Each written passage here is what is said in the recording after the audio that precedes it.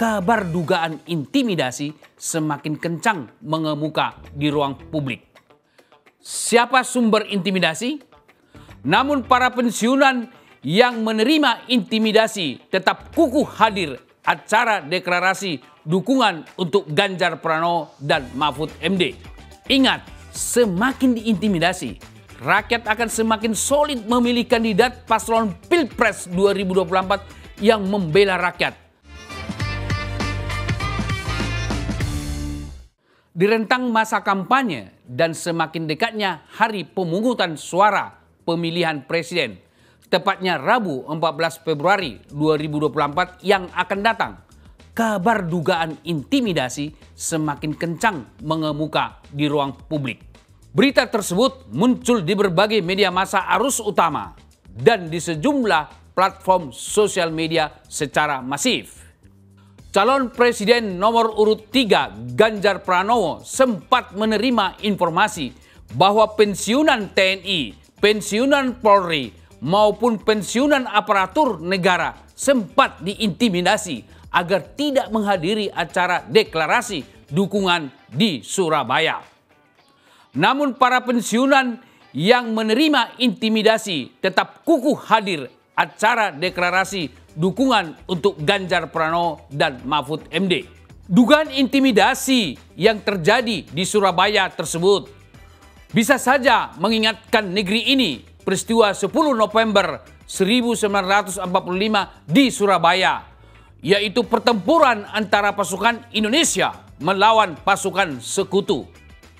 Semangat pertempuran 10 November 1945 tersebut kita kobarkan terus sebagai motivasi melawan dugaan intimidasi dan kemungkinan terjadi kecurangan pada pemilu 2024. Luar biasa, TNI Polri dididik, dilatih untuk berani. Maka kalau cuma intimidasi seperti itu, enggak ada yang takut. Maka datanglah mereka semuanya di sini, kata Ganjar, sebagaimana dimuat di salah satu media online kredibel. Hal senada juga disampaikan Yeni Wahid. Dewan Penasihat Tim Pemenangan Nasional Ganjar Mahfud ini minta kepala desa jangan takut diintimidasi. Putri Presiden keempat Abdul Rahman Wahid, Gus Dur, akan meyakinkan masyarakat untuk tetap memilih pasangan calon presiden dan wakil presiden berdasarkan keyakinannya. Jangan kalah dengan intimidasi.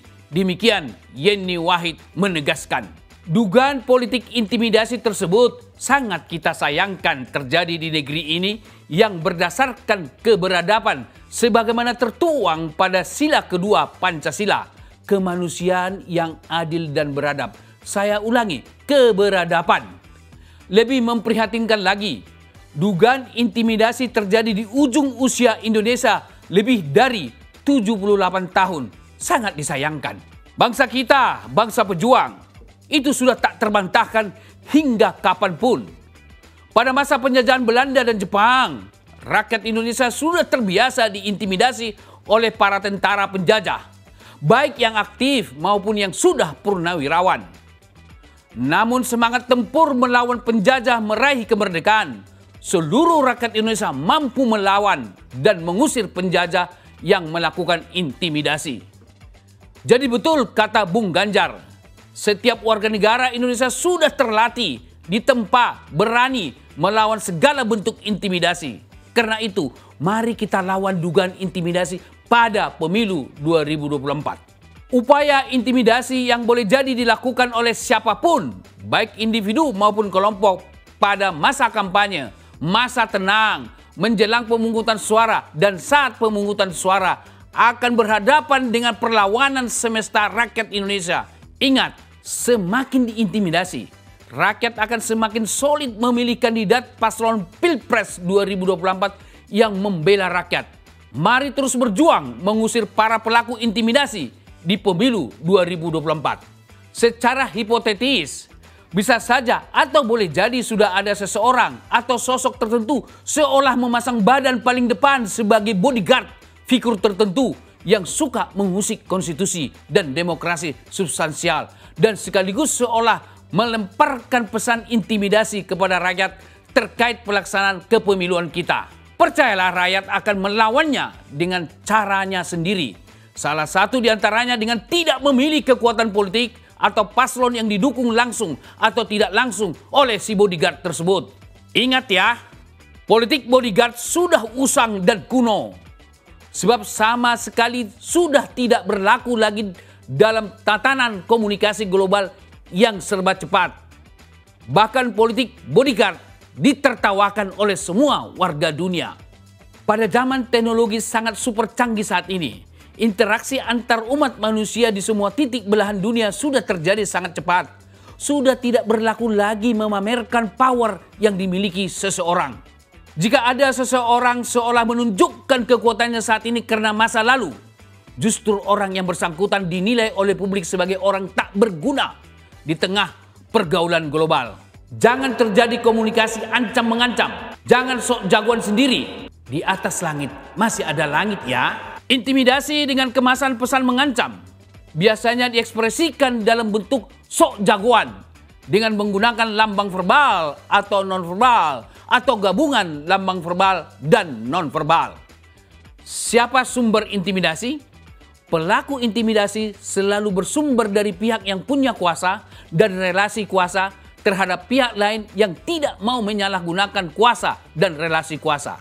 Dari aspek komunikasi politik, pihak yang punya kuasa dan relasi kuasa tidak rela pihak lain memperoleh kuasa dan relasi kuasa dalam suatu kontestasi politik. Mereka akan menghalalkan semua cara, termasuk memanfaatkan celah berbuat kecurangan pemilu.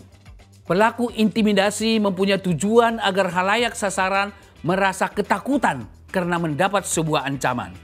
Intimidasi biasanya dilakukan oleh individu atau kelompok yang merasa dirinya superior, yang egois, dan punya kuasa kepada orang yang diintimidasi. Tindakan semacam ini marak terjadi di zaman batu dan di zaman purba. Tetapi saat ini, tindakan intimidasi menjadi bahan olok-olokan di ruang publik. Intimidasi dengan segala bentuk harus kita tolak karena tidak sesuai dengan keberadaban manusia. Untuk itu, publik perlu mengenal 4 ciri intimidasi. Pertama, agresif, memukul dan menyiksa. Kedua, mendominasi orang lain. Ketiga, repetitif, berulang-ulang dilakukan. Intimidasi menjadi kebiasaannya. Salam, saya Emrus Yombing, komunikolog Indonesia.